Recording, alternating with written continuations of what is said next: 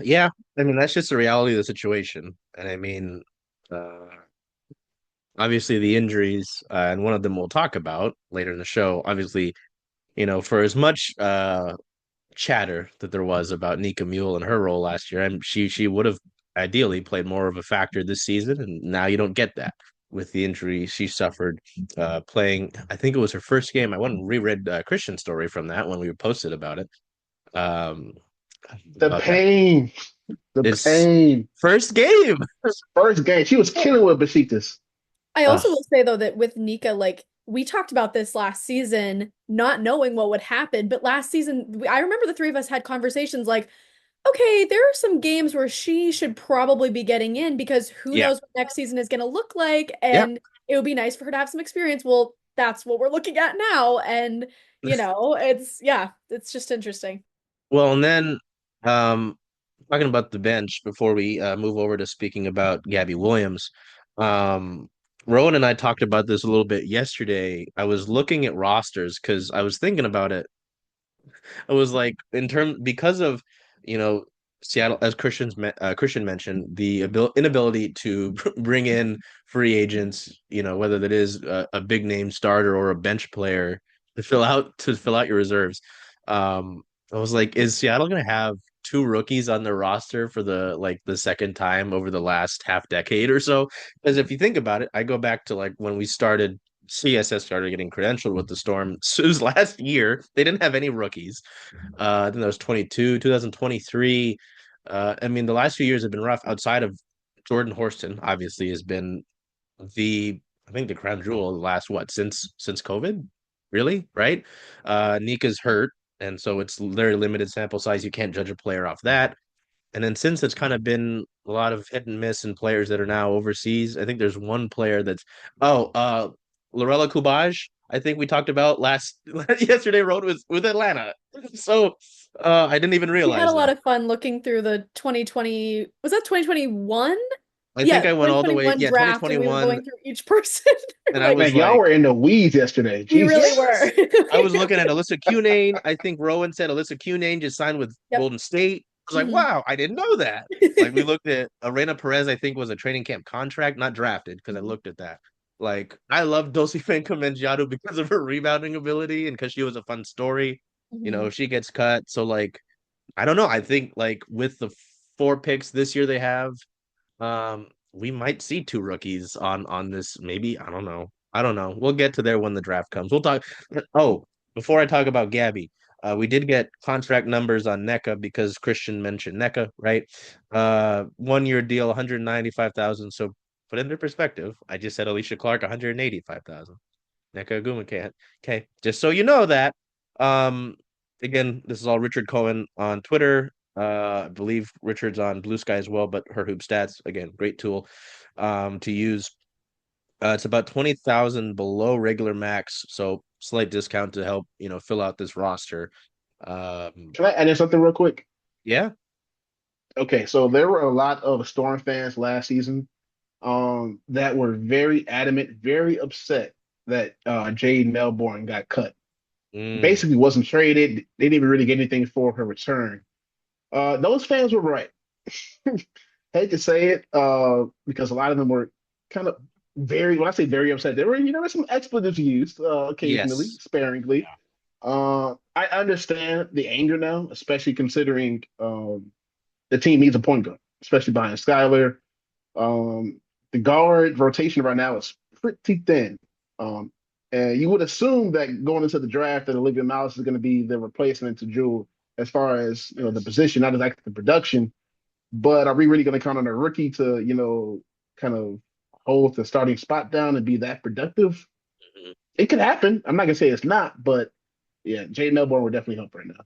And she showed Yeah. out when, I mean, her first game back when she was with the Mystics, when she came to Yeah. play in Seattle, it was like, oh, okay, so this is what happens when you use her in this way, and yeah, agreed, agreed. Yeah. I didn't even think about that. That's a great callback. Yeah, because don't get me wrong, I loved watching Jade, and I was an advocate. Just right, that is a great callback. God, I think I saw her in those drafts too, and it was like, who the hell did they draft in the? Oh, um, Yeah, that's that. Oh, Jesus Christ. Okay. It's been a long off season, y'all. I'm tired. Um, yeah, well, I mean, another positive as I try to keep us going here, is Gabby Williams is officially coming back. I know that it was kind of, I'll say this, right? Because last episode we talked about the potential of Gabby returning amongst a few other things.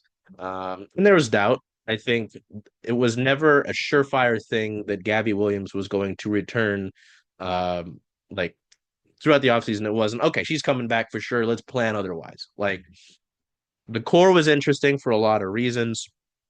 Alexa with ESPN, Alexa Philippou reporting said that, with the core, Seattle was ready to respect Gabby's wishes if she wanted to move on, right? And so, again, from what this group knows, it was never a surefire thing that Gabby was coming back. It wasn't, you know, I don't think there was a surefire either way. It seemed unlikely, and that's why we kind of talked like we did last week, right? But this is a boost, obviously, a boost in terms of Seattle bringing in this talent to have on the 2025 roster. But for Gabby, in terms of pay as well, because with Richard, again, $225,000 one-year deal for Gabby Williams. It's about 10,000 more than the regular max. It makes her the most highest paid Storm player, but a little over $25,000 below the super max she could have taken by signing the core qualifying offer. So um, again, this has been so fascinating. Christian, I'd love to hear from you about, bringing Gabby back because I know we kind of went through, talking about it last week, but just your thoughts on this and where it leaves Seattle's roster, which kind of no, not Seattle's roster. Sorry, we got to talk about Jordan. Just yeah, the Gabby move and then Rowan, I'd love to hear from you as well. Yeah, I mean, Gabby Williams is one of the best hoopers in the world. I mean, we've seen that time after time after time, especially at the Olympics last year. And then she came, wow, that was really last year already. And then she came to Seattle and was basically one of the main lifelines in the second half. Despite going 8-7 after a 17-8 start before the Olympic break, she was there, when they needed her the most. And she's going to be living up that same role, if not even more, now that Jordan Horston will be out for the 2025 season due to a ACL injury. Um, I do think that what Gabby provides is exactly what the Storm needs. I'm just wondering, will she have the supporting cast, at least in the forward group, to kind of take that pressure off, so to speak, because she can't play, all 40 minutes. That's why we should go back to the bench. That kind of group itself. Really interested to see who they bring in to kind of help round out behind her. But as far as Gabby herself, I mean, she's a surefire talent. I can't wait to see her hoop again, especially with more minutes, a little bit more consistency. The sky is the limit in 2025. I guess my concern, I understood that she took about 25K less than the Supermax, which she was entitled to as a core player. I think that was done. This isn't any inside information, of course, but I think that was done in order to help give Seattle a little bit more flexibility when signing additional free agents. I'm just wondering down the line, let's say there are injuries or there is a certain player that you want to go acquire. You're going to be cash strapped, because you gave Alicia Clark 185. Gabby is not the highest paid Storm player at 225. NECA has 195. I'm not saying that none of this is, earned or anything because it is. I'm just saying as far as a pure financial standpoint, the Storm aren't really doing themselves any favor before the season starts, especially considering you still have to sign about another 4 or 5 players. Like the money's gonna have to get divvied up some way. And I mean, we'll see a couple of vet minimums this season. I will say that for sure. Yeah, I mean, I agree. I think you make a good point. Last week when we were talking, with Alexa's reporting, it does kind of confirm what we were talking about that there could have been, that she did make clear at the end of the season that she wasn't sure if, she didn't want to be cored. And so it does sound like those conversations were had behind the scenes. And I think last week we were talking about that, we didn't know what those conversations were. She hadn't made it clear if she wanted to stay, wanted to leave. And yeah, I also am, thrilled to see her coming back. I think that she has been the difference maker. And, I think that the core designation for her and the price that she is, while I do agree with Christian, I think the money is a big issue right now. But I'm happy to see her getting what she deserves in that. I think when she first, came to Seattle back in 2022, I believe,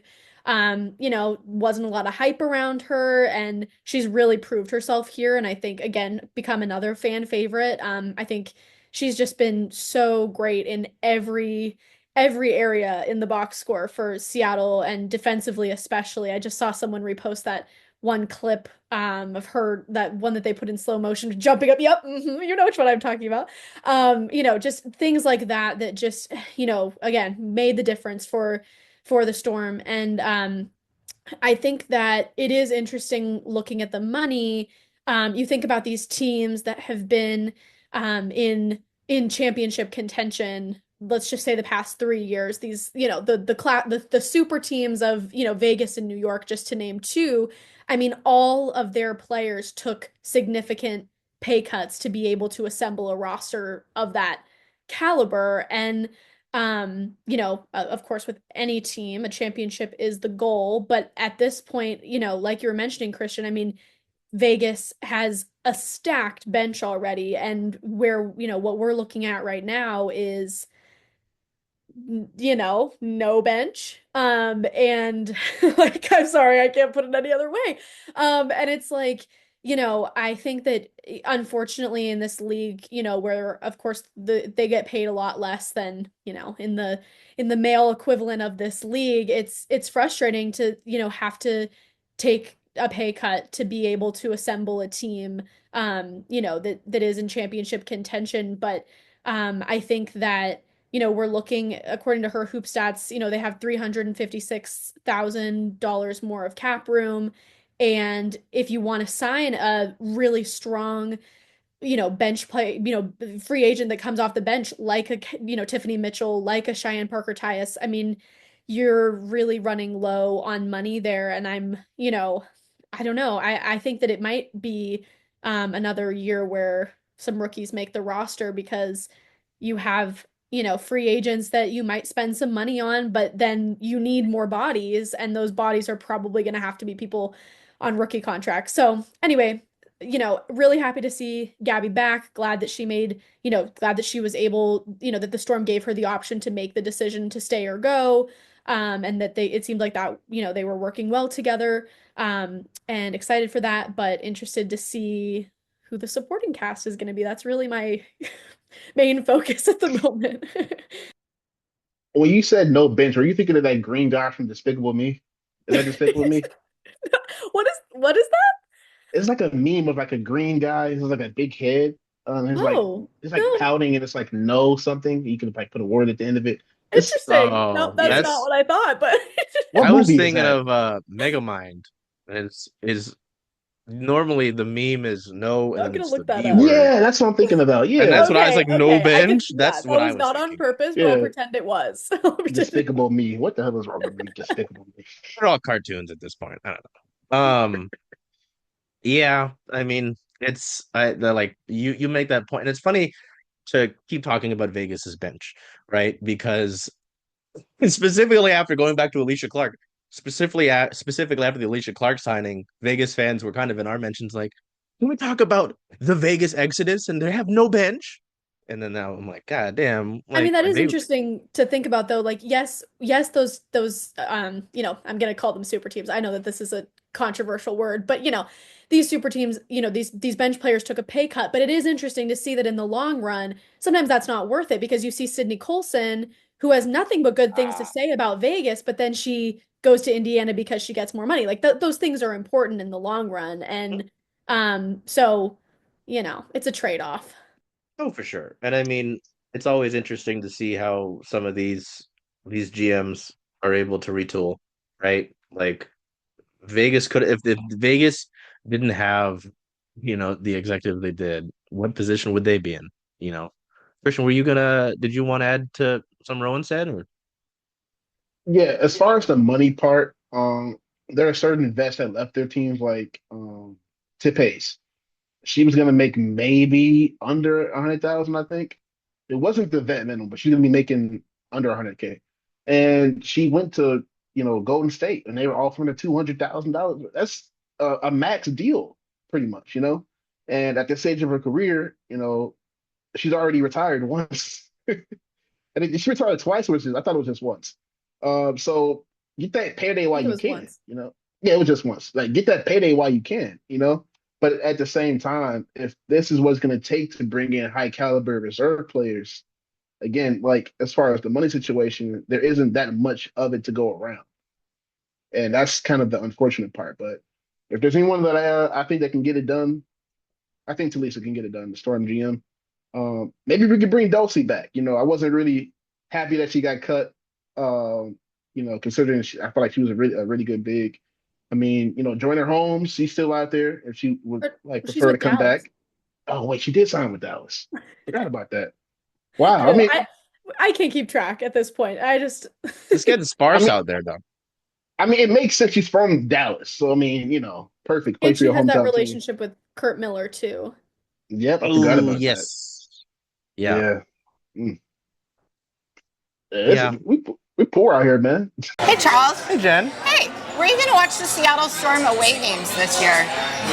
Away games. Well, Rough and Tumble is the home of Circling Shuttle Sports, so I was thinking of coming here if that's okay with you. I think that makes a lot of sense. See you all here.